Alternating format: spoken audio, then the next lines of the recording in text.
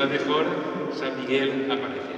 Ya que hay que firmar un acta ahí, pues antes de la despedida vamos a firmarla pública.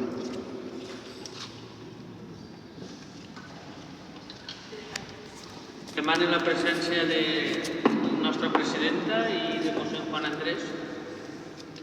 I diu així: en València, a 17 d'octubre de 2015, en les primeres vespres del diumenge 29 del temps ordinari, al finalitzar la solemne missa major i en motiu de la bendició de la nova campana per al campanar de la Real Parròquia de Sant Miquel Arcàngel i Sant Sebastià Màrtir de València.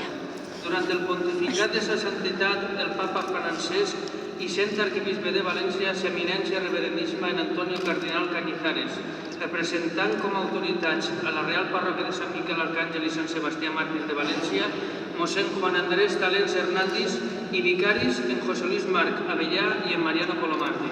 La Real Parròquia de Sant Miquel Arcàngel i Sant Sebastià Màrtir de València actua com a padrina d'esta nova campana d'uns 130 quilos de pes, fosa pels germans Fortilla, fosa pels germans Roses de Silla, procedent de l'antiga església de Sant Antoni de Pàdua de la carretera Corts, i que passa a ser propietat de la Real Parròquia de Sant Miquel Arcàngel i Sant Sebastià Màrtir de València.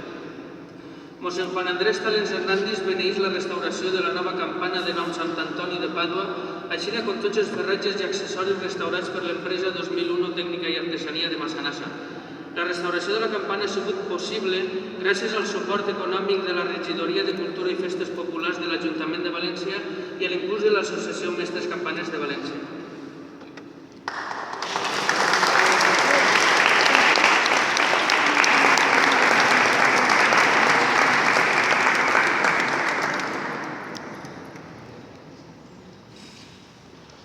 En alegría a todos, nos despedimos en el canto final y después la picaeta.